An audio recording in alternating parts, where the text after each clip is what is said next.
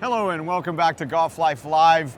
You know, I am joined by a legend in putting design, Mr. Guerin Rife. Thank you. How are you, sir? Good to see you. Wonderful to finally meet you with your new company here. I can't go anywhere without hearing someone tell me you have to go see the EVNROLL putter. EVNROLL. EVNROLL. There Yeah, you go. thank Okay, you Yeah. say even, I say Okay, EVNROLL. right, yeah, There you go. yeah, so- EVNROLL. It's a very interesting product, but I'm not that familiar with it. So why don't you enlighten me with your technology here? Okay, well the best way to do that is to look at this big graphic we got right here, if I can. Yeah, okay? please. All right, so we have a series of grooves on the face of putters. Now I invented grooves 20 years ago. Yes, I remember. On the Rife putters, Right. And grooves create less contact surface because here's a big groove, here's a little contact surface, another groove. So this is not touching the ball. Only this is touching the ball. So what happens is that this imparts less energy. So tour players, when I would first introduce them to the groove putters, the ball wouldn't go as far as their Scotty Cameron or their Right. Odyssey putter or whatever. Right. And so whenever that happened, I started to realize, okay, there's less contact surface, and I knew that that's okay. So grooves don't hit it as far as a smooth milled surface like this. This would be like a typical putter, right? Sure, of course. So what I figured out is that since this doesn't hit it as far, but off-center hits, like when you hit the ball out here, the further off the middle you hit the ball, the less energy transfer, the less in front of the sweet spot. It's a mishit, so it doesn't go as far, and it goes away from the center. Okay. Okay, so to give you some numbers, a 25-foot putt on a hit in the center would go 23 and a half feet if it was hit out here a half inch off center. Okay. Okay, and it would go about 8 inches to 6 inches away from the center. I understand. To either side, right? Okay. This one would go that way, this one would go this way. Right. So what I did is I added some contact surface, more contact surface as you get away from the middle. So as you get Interesting. out here in the mishit area, you're getting more contact surface on the ball. So all of these putters have this technology where you can see it if you look at it, and this area hits it harder where it's weaker. This hits it stronger where it's not, where it's softer, right? Interesting. Where it's stronger. And then this is harder again. Right, harder again. So everything goes the same distance. I see. And I got a little confession to make on TV here. When I first did this design, I made these grooves pretty wide because I wanted to really test this idea. I thought, see if it worked. what happened is the outside balls went further, the inside balls didn't go as far. Interesting. But they also crossed over. These were coming this way, these were going that way. I'll be darned. Well, I didn't know that was a discovery. I didn't know that was going to happen. And so I realized that this V shape, okay, it's a parabolic, it's wider here and it tapers, but then it was a lot wider and tapered, and that was gearing the ball back to the middle. Oh. But it was gearing it too much. I see. So if too much works, back it off till it's just the right right amount. on the line. So that 8 inches to 6 inches of dispersion away from the middle, Yes, sir. I was able to dial these in to the point where that 8 inches turns into straight. I'll be darned. So the center putt goes straight, the off center hits go straight, these go straight, and they all go the same distance, so you can pick them up with one hand. So you learned from your original groove design and have vastly improved that. So Sure. your claim is essentially that the initial grooves were sufficient, they worked, but on off-center hits not as well as maybe this obviously Any will. putter on off center hits Any doesn't putter. hit the ball as far. Okay. But this was a way to compensate for that. It's sort of like MOI through technology. But anyway, this idea is something we're calling EVNROLL. Okay. We call it the sweetest face in golf. Right. And because we're enlarging the sweet spot. So essentially now that you can design, and you have, any Right. type of putter for any type of individual. Right, so we have you're not limited by MOI or some other Right. So concept. we have a standard answer style blade Okay, design. an answer, yeah. There you go. And you can Nice see this. standard. You've seen this by Ping Golf. Years ago they did the answer, but they had a hosel. Okay. So, and on all of these I've eliminated the hosel.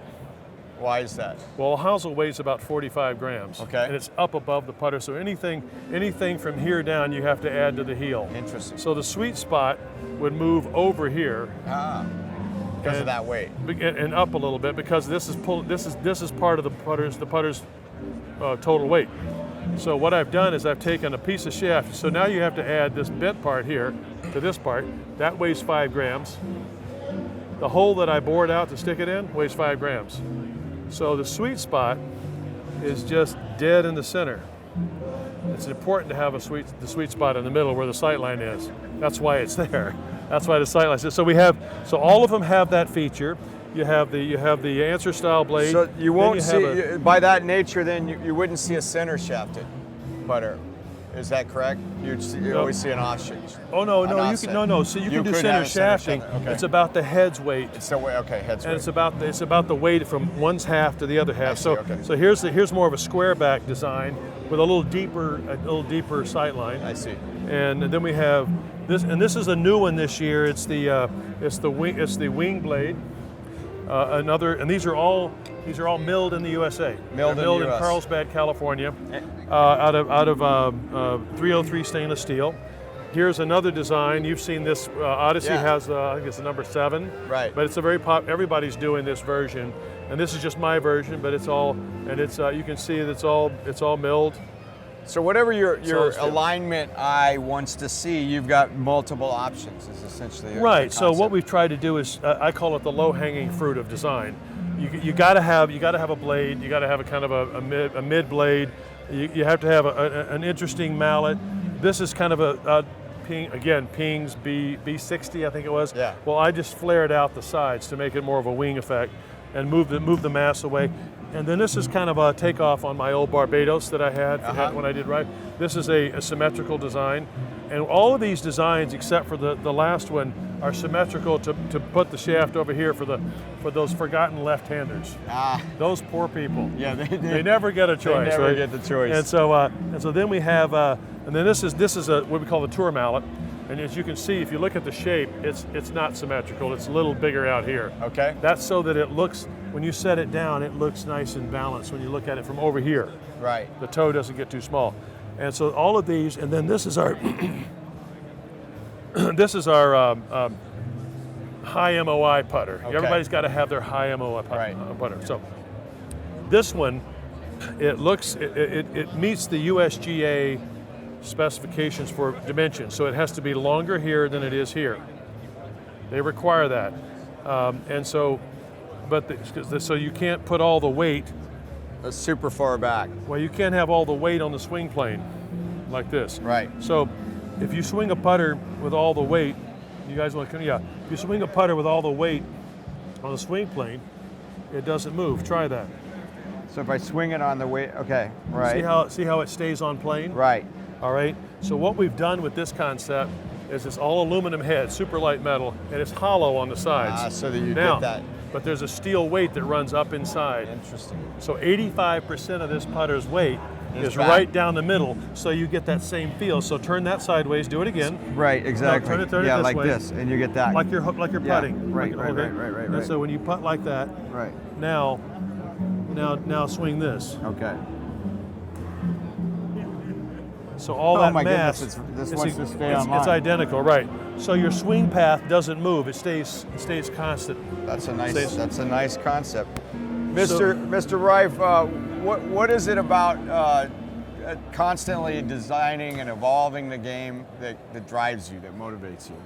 I'm kind of a maverick, I guess you would say. I'm really into technology. I'm into real improvements, I want to see the ball roll better. I want to give golfers real technology that improves their game and lowers their score. And at the end of the day, people aren't going to see the ball gear back to the middle. They're not going to know the ball went the same distance if they did a miss hit, but they're just going to make more putts. And so if they're 2 shots better, then I've helped them improve their game through simply a putter. One of a really amazing statistic that people need to realize how important putting is. The 125th ranked PGA player compared to the 25th ranked player on the PGA Tour is 1 stroke difference per round. probably be $3 million in endorsement fees and FedEx points, and I mean it's a big difference between those two people, but it's one stroke per round. And I think everybody agrees that one stroke, the fastest place to get that is through putting. And everyday golfers can improve their score 2 and 3 strokes. Those guys are fine-tuned, right? So the average golfer can really improve their or even more potentially. We get that all the time. How many 3 putts do people average? If they could just take that out of their take that out of there, right? But and there's always going to be situations where golfers are going to have bad rounds and just not do well, whether they had laser beams and everything else working for them. But it's just over time, golfers will be a little bit better. They'll cut a few strokes off their score. They'll be a little closer to the hole. The missed hits they had from those off-center hits won't happen. Ball will go in the hole when they made a putt before that it didn't go in the hole. Yeah. That's what we're trying to accomplish. So we just want to give them a little bit more. Well, you've done a pretty interesting, amazing job. I encourage people to learn more and try your product. Where can they find out more about EVNROLL? EVNROLL. My goodness. Sorry, I have a nephew named Evan. That's where it comes from. Got it. Well, EVNROLL, it's EVN. Here we go, right here. EVNROLL.com.